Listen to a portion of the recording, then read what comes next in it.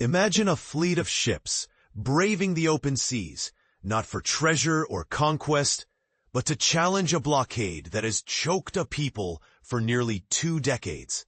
This is the audacious mission of the Global Sumud Flotilla, which sets sail from Barcelona on Sunday, carrying a cargo of hope and defiance. The flotilla, the largest of its kind, aims to pierce the Israeli blockade of Gaza, a strip of land that has been under siege for 18 long years. But here's where it gets controversial. The timing of this mission is not coincidental.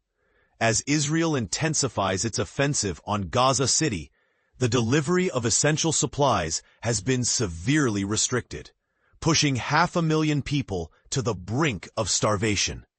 Food experts have already sounded the alarm, declaring a famine in the city and warning of catastrophic hunger levels across the territory. And this is the part most people miss. The blockade, while often discussed in political terms, has a very real and devastating impact on the daily lives of Gazans, who are struggling to access basic necessities like food, water, and medicine. The flotilla, comprising about 20 boats and delegations from 44 countries, is a testament to the global outcry against this humanitarian crisis. The ships, a motley crew of luxury yachts, wooden sailboats, and industrial vessels, flew Palestinian flags as they departed from the Barcelona pier, cheered on by thousands of supporters. Among the activists on board is Greta Thunberg, the Swedish climate activist, who has become a familiar face in the fight for Palestinian rights. Thunberg, who was deported by Israel in June after an earlier attempt to reach Gaza, has been vocal about Israel's violations of international law. It has been very clear that Israel has been continuously violating international law by either attacking, unlawfully intercepting the boats in international waters, and continuously preventing the humanitarian aid from coming in, she said in an interview with the Associated Press.